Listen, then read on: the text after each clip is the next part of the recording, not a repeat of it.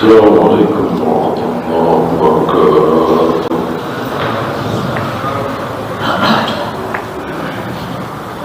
إن الحمد لله نحمده ونستعينه ونستغفره ونعوذ بالله من شرور أنفسنا ومن سيئات أعمالنا. من يهده الله فلا مضل له ومن يضلل فلا هادي له. أشهد أن لا إله إلا الله وحده لا شريك له وأشهد أن محمدا عبده ورسوله وبعد. Terakhir tentang siksa kubur, mungkar nakir, roh, kematian, dan seterusnya sudah kita bahas, dan semuanya gaib. Akal tidak bisa ikut campur, maka tidak usah bertanya bagaimana kalau matinya tidak dikubur, dibakar misalnya, atau jasadnya hancur kena bom, tidak bisa ditemukan kecuali serpihan-serpihan, atau hilang ditelan bumi atau lautan, atau ditelan binatang buas. Tentu mudah bagi Allah untuk mendatangkan dua utusannya Munkar Nakir untuk bertanya kepada dia yang sudah menjadi abu, yang tenggelam di dasar lautan, yang berada di dalam perut ikan besar, dan lain-lain. Maka tidak perlu kita menghabiskan waktu untuk membahas hal-hal yang demikian. Tidak akan terjawab. Cukup bagi kita sami'na wa ata'na. Ya, masih tentang hal yang gaib. 20.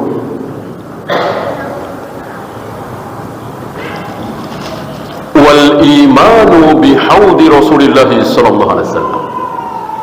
Beriman dengan telaga, danau milik Nabi sallallahu alaihi wasallam, Al-Haud. Dan luar biasa Al-Haud ini panjangnya sama dengan lebarnya, berarti kotak ya. Kemudian di sisinya ada gelas. Jadi yang mendatangi Al-Haud ini nanti minum tidak dengan tangan, tidak seperti binatang, tapi ada gelas. Jumlah gelasnya seperti jumlah bintang-bintang yang ada di langit. Entah berapa ribu, berapa juta, hanya Allah yang tahu. Ya. Itulah haudnya Nabi sallallahu alaihi wasallam. Dan yang meminum air Al-Haud itu tidak akan haus selama-lamanya. Tidak akan merasa haus selama-lamanya. Mungkin ada yang bertanya, bukankah banyak minuman di surga, kalau nggak haus gimana? Kan banyak ayat hadis yang menyatakan tentang susu, tentang khamrnya halal, tidak memabukkan, dan seterusnya. Ya gimana kalau nggak haus? Emang antum kalau minum pasti haus? Gitu. Apa misalnya minum kopi? Minum kopi kan lezat ya. Kopi atau khamr itu kan lezat. Gitu. Apa minum kopi nunggu haus? ngopi pak, nggak haus, nggak begitu. Juga haus itu kan sebuah siksaan, sebuah perasaan yang tidak enak. Haus, lapar, itu tidak akan menimpa penduduk surga. Bukan berarti tidak makan, tidak minum, tetap makan, minum, tapi untuk kesenangan, untuk kepuasan, untuk kelezatan, bukan untuk menghilangkan lapar, bukan untuk menghilangkan haus. Orang nggak pernah lapar, nggak pernah haus, tapi untuk kelezatan. Dan saya kira di dunia ini, walaupun kita masih di dunia, insya Allah kita sering mendapati memakan sebuah makanan, meminum minuman, tapi tidak lapar, tidak haus, karena lezat, karena nikmat. Terus tidak kenyang, makan terus tidak kenyang, apalagi begah. Nggak ada bekah di surga. Walaupun entah berapa bakul yang masuk perut kita, yang ada nikmat lezat dan tidak keluar sebagai kotoran. Nah, kayak apa canggihnya kehidupan nanti di surga?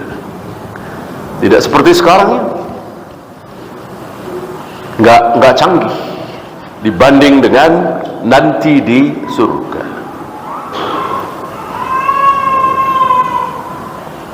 Luar biasa. Siapa yang akan dipersilahkan untuk minum air telaga beliau? Kaum muslimin, ahlus sunnah.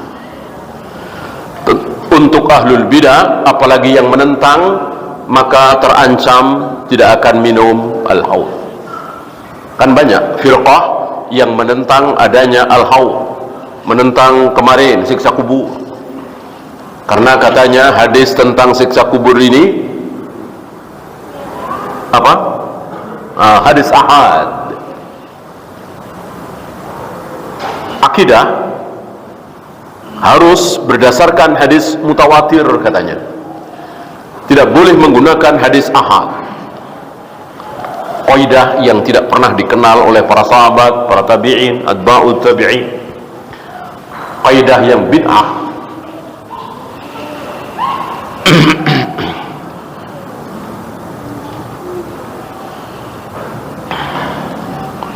Yang benar, mau akidah, mau tauhid, mau fikih, mau apapun, yang penting hadisnya sahih. Mau mutawatir, mau ahad, nggak masalah. Hadis itu kan ada dua ya, mutawatir dan ahad. Ahad pun dibagi tiga.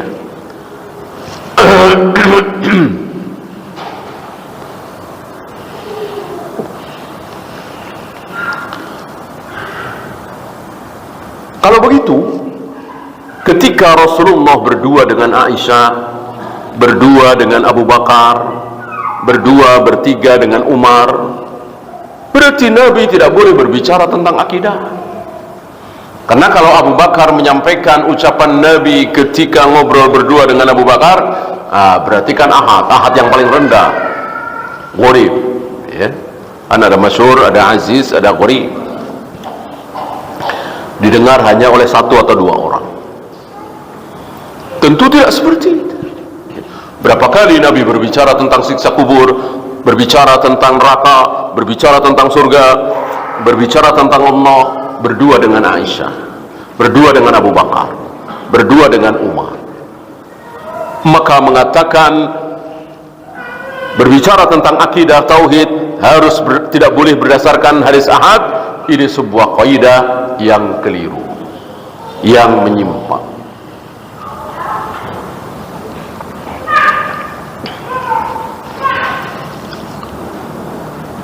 Mana dalil bahwa ahlul bidah tidak akan menikmati lezatnya air al-haud? Yaitu sebuah riwayat di mana Nabi menyatakan bahwa nanti aku akan memanggil-manggil ashabi, ashabi, wahai para sahabatku, wahai para sahabatku, minumlah air telagaku ini. Allah menjawab, mereka bukan sahabatmu. Engkau tidak tahu apa yang mereka lakukan sepeninggalmu ya Muhammad. Ini dalil yang sangat tegas, sahih, sharih, bahwa Nabi tidak tahu keadaan umatnya, sahabatnya, istrinya, anaknya ketika beliau sudah wafat. Lihat hari ini sebagian firqah kaum muslimin meyakini bahwa Rasulullah bisa menyaksikan keadaan umatnya dari dalam kuburnya. Bahkan bukan cuma menyaksikan, tapi ikut mengatur. Maka satu ketika kita boleh memanggil-manggil beliau, bukan hanya ya Allah, tapi juga ya Rasulullah. Ini kebatilan, ini dusta, ini sesat. Mana dalil tadi? Ya. Nabi tidak tahu kalau orang-orang yang pernah sholat di belakang beliau, bersyahadat, berbaiat di hadapan beliau, berjihad bersama beliau, ketika beliau wafat mereka murtad, mereka keluar dari Islam. Nabi nggak tahu. Dan apakah mereka ini sahabat? Sahabat mereka ini? Tentu bukan. Karena syarat menjadi sahabat itu 3, bukan 2. Bukan cuman bertemu dengan Nabi, dan ketika bertemu dengan Nabi dalam keadaan muslim. Bukan cuman 2 itu, ada satu lagi apa? Mati dalam keadaan muslim, mati dalam keadaan beriman. Kalau mati dalam keadaan kafir, dan itu ada. Ini salah satu dalil. Ya. Bahkan Nabi pernah mengatakan, di antara kalian yang duduk di sini, ada beberapa orang di situ, salah satunya Abu Hurairah. Mungkin beberapa belas, mungkin nggak sampai 20. Di antara kalian yang ada duduk di sini, ada yang akan disiksa di Jahannam dengan gigi geraham yang sangat besar. Ya, tentu dia bukan sahabat. Dan betul, awalnya Abu Hurairah kan ketakutan, karena Abu Hurairah mengingat yang berkumpul di situ, karena cuma belasan orang. Abu Hurairah hafal si A, si B, si C, si D. Masing-masing meninggal dalam keadaan baik. Ada yang meninggal dalam keadaan jihad, ada yang meninggal dalam sedang sholat, dalam keadaan husnul khatimah. Sampai terakhir tinggal 2 orang. Ya. Awalnya Abu Hurairah ketakutan, mengira bahwa yang dimaksud oleh Nabi adalah dirinya.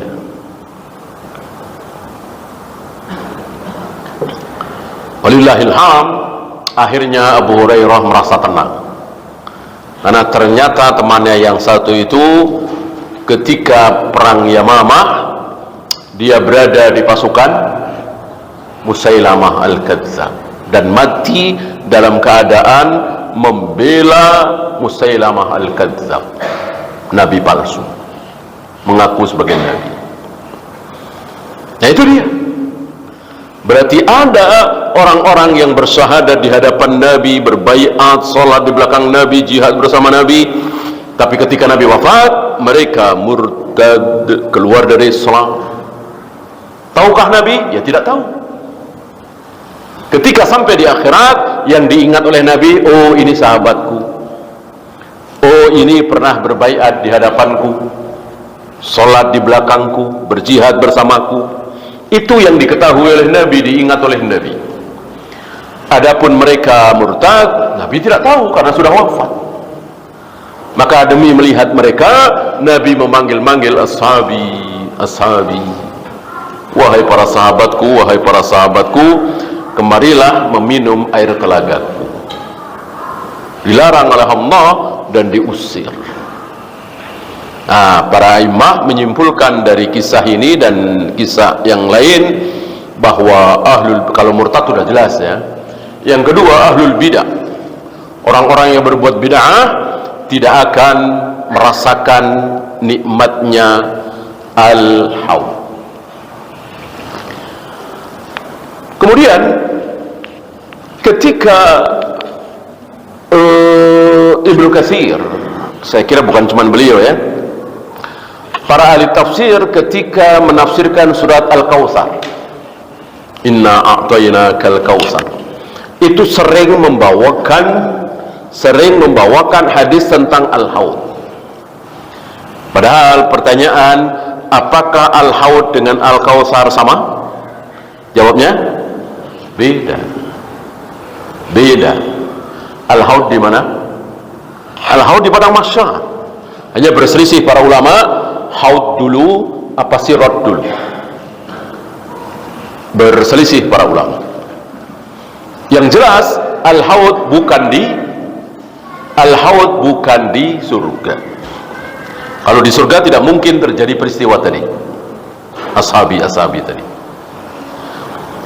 Sedangkan al-kautsar adalah di surga. Al-kautsar itu di surga. Al-haud bukan di surga. Berarti al-kautsar dengan al-haud beda. Walaupun sama-sama danau. Kenapa? Apakah para ulama keliru membawakan riwayat al-haud ketika menafsirkan inna a'tainakal kautsar? Al-jawab tidak. Karena ada kesamaan antara al-haud dengan al-kautsar. Apa? Persamaannya adalah airnya. Air yang ada di al-haud semuanya dari al-kautsar. Airnya sama. Tempatnya berbeda tapi airnya sama. Ya. Mungkin ini untuk memberikan kesempatan kepada ahli bid'ah yang akhirnya diampuni oleh Allah setelah disiksa di neraka, dihalang-halangi tidak bisa merasakan al-haud, disiksa dulu di neraka, tapi kemudian Allah mengampuni mereka setelah sekian tahun, sekian abad, dan mereka ada 72 kelompok golongan ya. Setelah masuk surga mereka mendapatkan al-kautsar. Tapi waktu di padang mahsyar mereka tidak diberi kesempatan. Khusus untuk ahlu sunnah, khusus untuk kaum muslimin yang pemahamannya tidak menyimpang, khusus untuk kaum salaf. Salaf secara pemahaman, bukan salaf secara zaman. Mungkin antum masih ingat pengertian salaf ada dua. Salaf secara zaman, waktu. Kapan? 210 selesai. 210 Hijrah selesai. Sudah tidak ada salaf lagi secara zaman. Ya. Ketika atba'ut tabi'in sudah habis. Tabi'in jelas, sahabat jelas, Rasulullah sudah wafat. Kan diawali ketika Nabi wafat, di situ para sahabat. Kemudian para sahabat ini bertemu dengan para tabi'in. 110 kira-kira.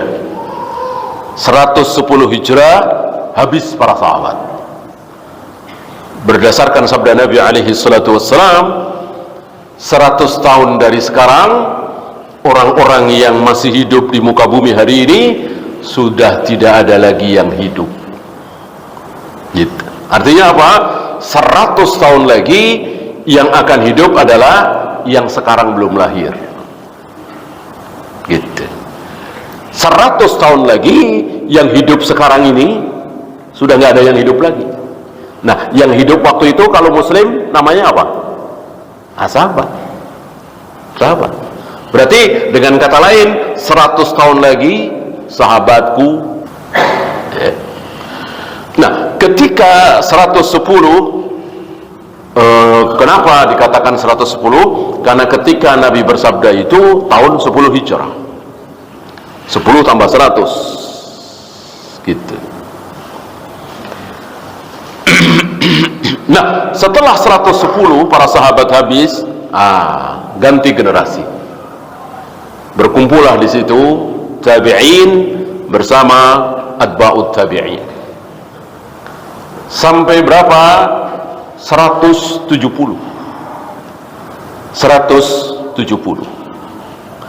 Kira-kira 170 Hijrah sudah tidak ada tabi'in lagi. Yang ada atba'ut tabi'in. Sampai tadi 220 atau 210 wabi riwayatin. Saya kira yang pilotnya 220. Nah, 220 ini habis. Setelah ini udah gak ada salaf lagi secara zaman gitu. Adapun secara pemahaman sampai hari ini masih ada. Sampai insya Allah 500 tahun lagi, 600 tahun lagi, 1000 tahun lagi, sampai kaum muslimin dipimpin oleh Muhammad bin Abdullah yang bergelar Al-Mahdi atau Imam Mahdi. Namanya seperti namaku dan nama ayahnya seperti ayahku, Muhammad bin Abdullah.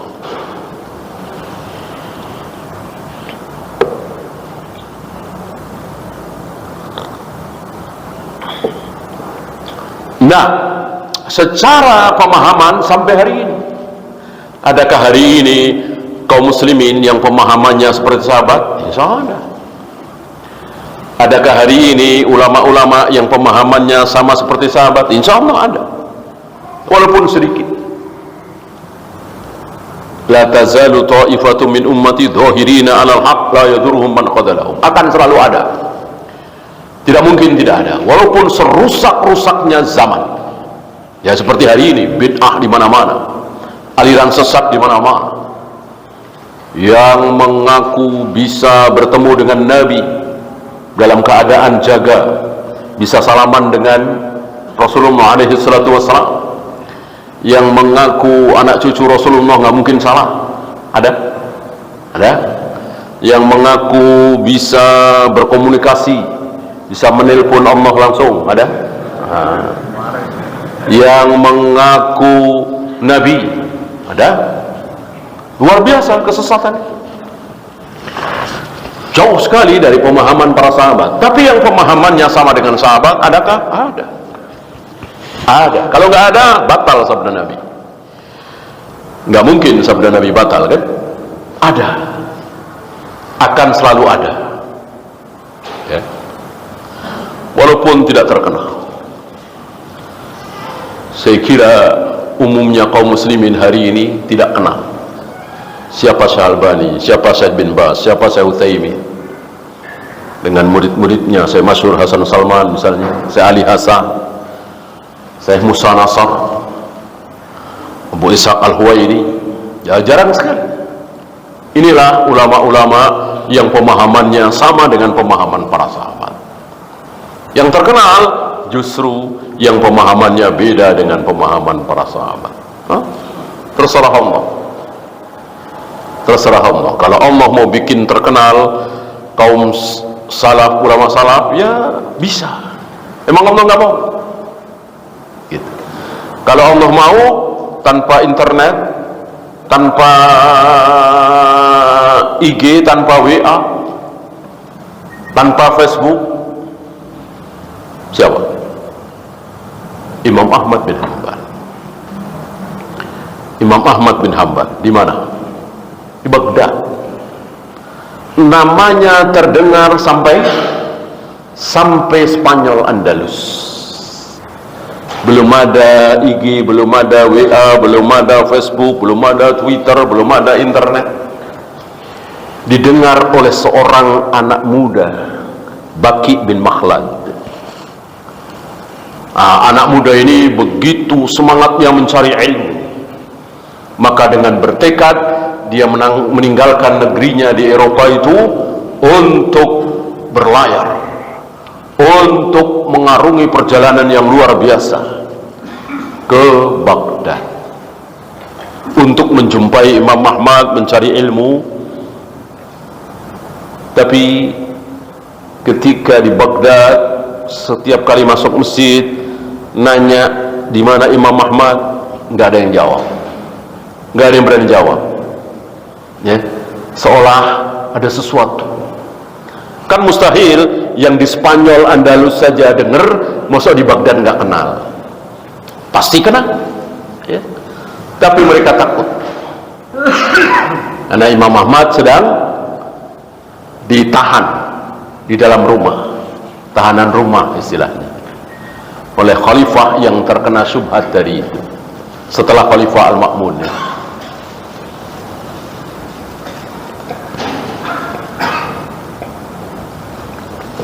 Nah itu kalau Allah mau. Nah sekarang Allah sedang mau yang terkenal itu yang ahlul bidah, yang ngetren, yang ngomongnya nggak ada isinya, nggak ada ilmunya, ribuan yang hadir, pendengaran dari barat sampai ke timur, gitu. Sementara yang mengajarkan sunnah, tauhid, akidah tidak dikenal, kecuali sedikit sekali. Maunya siapa? Maunya Allah. Maunya Allah, terserah. Maka tidak perlu kita berusaha supaya dai-dai salaf ini terkenal, nggak perlu. Udah belajar saja. Ya.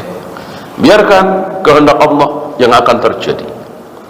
Seandainya akhirnya negeri ini menjadi negeri salaf, mustahil apa tidak? Seandainya negeri Indonesia ini akhirnya taruhlah 2100, 2200, kita semua sudah nggak ada, jadi negeri salaf, mustahil apa tidak? Ya tentu tidak mustahil kalau Allah menghendaki. Ya, tidak harus terkenal dulu sekarang dai-dainya. Ya. Dari masjid ke masjid, dari kampung ke kampung, dari pondok ke pondok. Justru itu lebih baik daripada langsung mencuat. Ya, sepertinya belum waktunya, ya. Dan jangan putus asa. Ya. Saya kira antum dengar bagaimana ucapan Ustaz Yazid berkali-kali, ya, bahwa Allah akan berkahi dakwah ini di negeri ini. Kita berharap dari ucapan beliau, dakwah ini akan diberkahi di negeri ini, walaupun bukan sekarang, walaupun bukan kita yang menikmati. Antum tahu tahun 90-an, tahun 80-an dakwah salaf kayak apa? Ya, sejabotabek ada 2 pengajian salaf itu nggak mungkin, man 1. Ya, hari ini luar biasa, luar biasa. Antum lihat sendiri. Ya. Bagaimana 10 tahun lagi, 20 tahun lagi, 30 tahun lagi, 50 tahun lagi, asal jangan tergoda. Banyak dari kita tergoda, ya kan, meninggalkan ilmu agama, lalu sibuk dengan rumah sakit, klinik, kampus, jadi insinyur, jadi dokter. Nah, ini tergoda. Ya akhirnya tinggal namanya hanya Islam, tapi nggak punya ustaz, nggak punya pesantren, bahkan sebagian besar nggak tahu bahasa Arab. Nah kita jangan tergoda, terus belajar. Anak-anak kita terus belajar. Ya secara masa depan barangkali tidak sebagus kalau dia jadi dokter, jadi insinyur, tapi ya itu tadi yang kita cari, akhirat, bukan dunia.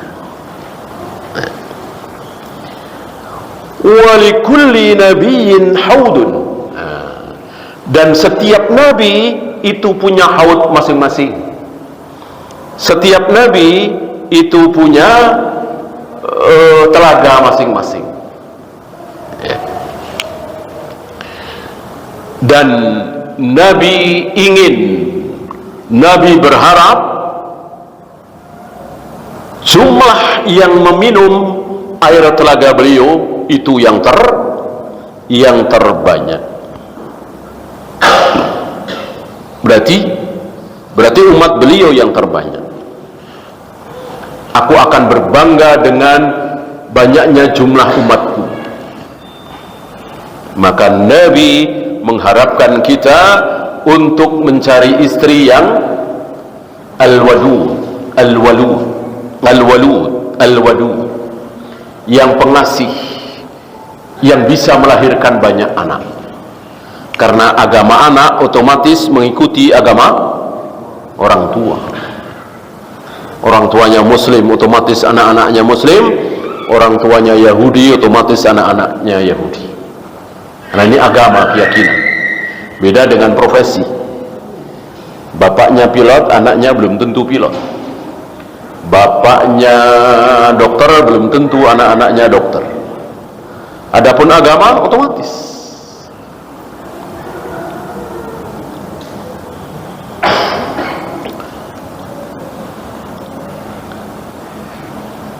Illa salihun Nabi sallallahu alaihi wasallam, kecuali Nabi Saleh.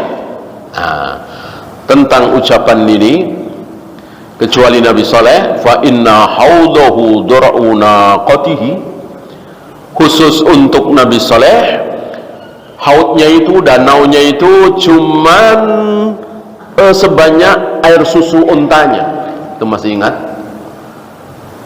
Nabi Saleh itu terkenal dengan naqah, unta yang diperintahkan oleh Allah untuk dibiarkan makan bersama kalian, minum bersama kalian, biarkan saja. Tentu ini perintah Allah.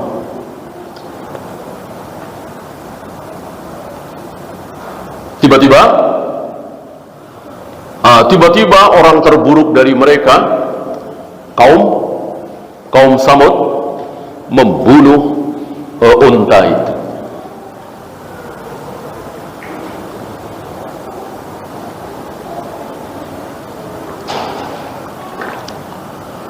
Nah, air telaga haud Nabi Saleh cuman segitu. Tentu sedikit sekali, berapa liter ya, air susu unta.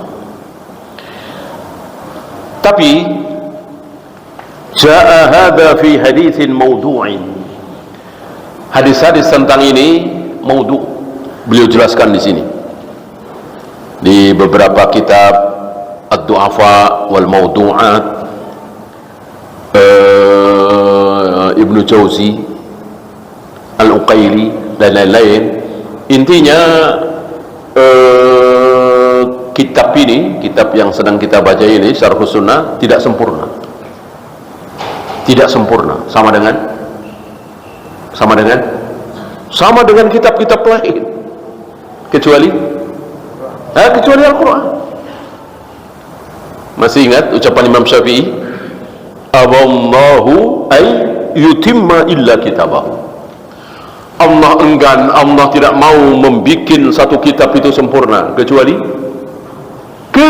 kitabnya sendiri, kitab Allah sendiri, yaitu Al-Quran. Maka selain Al-Quran tidak sempurna, hatta Sahih Bukhari. Apakah kitab Sahih Bukhari, kitab yang paling sahih di muka bumi ini setelah Al-Quran, sempurna? Tentu tidak. Yang sempurna cuma Al-Quran. Sahih Bukhari tidak sempurna. Oleh karena itu di sepanjang zaman ada saja ulama yang mengkritik, kritik ilmiah, an-naqd al-ilmiah, bukan cacian, makian, hujatan, bukan. Kalau orang-orang Mu'tazilah, Qadariyah, iya, mencaci, memaki, meledek Imam Bukhari, capek-capek meriwayatkan hadis, ya Aba Umair ma fa'alan Nughayr. Rasul bersabda, wahai Abu Umair ini anaknya Ummu Sulaim dengan Abu Tulha, adik tirinya Anas bin Malik, adik beda ayah satu ibu, yang menangis karena burung kecilnya Nughairnya itu mati. Lalu Nabi datang dan mengatakan, ya Aba Umair ma fa'alan Nughair, wahai Abu Umair, apa yang bisa dilakukan oleh si Nugair itu, burung kecilmu itu? Nah, sebagian orang ahlul kalam Mu'tazilah mencela, mencaci maki Bukhari. Ngapain Bukhari kurang kerjaan, cuman Nabi ngomong kayak gitu aja ditulis. Ini penghinaan, ya. Maka banyak ulama ahlus sunnah yang prihatin, ingin membela sabda Nabi, ingin membela Bukhari yang dicaci maki oleh orang Mu'tazilah. Ngapain kayak gitu dimasukkan ke kitab sahihnya? Maka tampillah para ulama, salah satunya Ibnu Abdul Hadi, salah satu murid dari Syekhul Islam, mengeluarkan fawaid dari Ya Aba Umair ma fa'alan Nugair. Apa fawaid, apa kesimpulan hukum dari sabda Nabi itu, ya? Dan dikeluarkanlah oleh beliau 80 fawaid. Yang masih saya ingat diantaranya, anak kecil boleh berkunyah. Abu Umair kan kunyah, yang pakai abu-abu, umu kan kunyah, bukan nama dari kecilnya, ya. Itu salah satunya, ya. Dari sini kita jangan sombong seperti orang-orang ahlul kalam, falasifah. Mereka sombong, bahkan kadang-kadang ayat aja dikritisi, ini ngapain pakai alif lam mim, alif lam ra, nggak ada artinya. Tentu kita sebagai ahlu sunnah tidak seperti itu, bahwa kita tidak faham, kita tidak tahu maksudnya, ya sudah, wallahu a'lam bishawab. Tapi jangan mengecilkan, jangan menghina. Lihat para sahabat, kalau Nabi sudah bersabda, betul-betul digigit dengan gigi geraham. Ambil contoh misalnya amma ba'du. Amma ba'du artinya apa?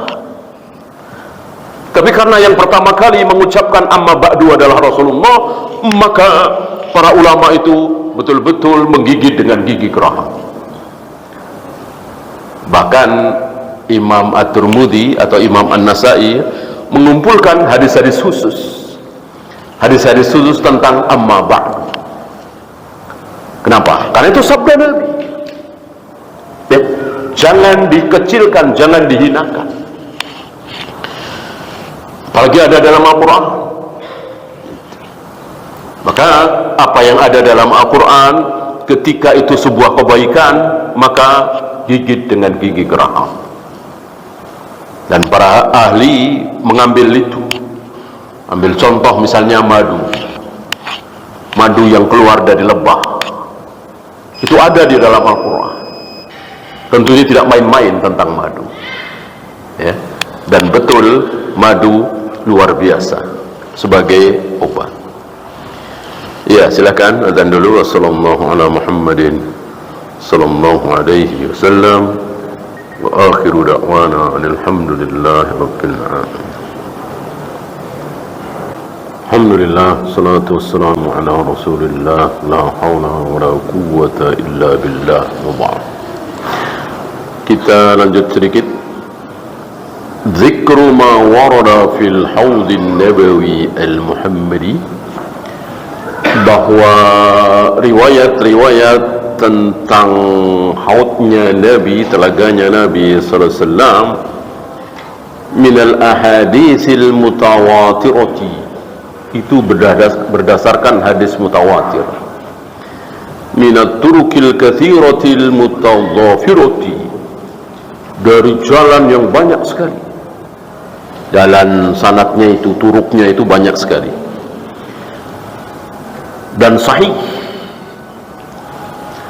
Wa in za'amat unufun kathiratun minal mubtadi'ati al-mu'anidati al-muqabirati, walaupun banyak sekali ahlul bid'ah, para penentang, orang-orang yang sombong itu, al-qailina bijuhudihi, membantah, menolak dengan kesombongannya, dengan kejahilannya, menolak. Nggak ada itu haud-haud seperti itu, nggak ada. Dan bukan cuman hadis ini yang ditolak oleh firqah-firqah dhalal ini. kelak kalian akan melihat wajah Allah sebagaimana kalian melihat bulan purnama, ditolak. Kelak geraman jahanam akan dihentikan oleh telapak kaki Allah, ditolak. Termasuk Allah turun ke langit dunia setiap sepertiga malam, ditolak. Mau ayat, mau hadis, kalau tidak sesuai dengan akal mereka, logika mereka, ditolak. Beda dengan ahlus sunnah, walaupun tidak sesuai dengan akal mereka, ahlus sunnah sami'na wa ata'na. Al-munkirina liwujudihi, mereka mengingkari adanya al-haud itu.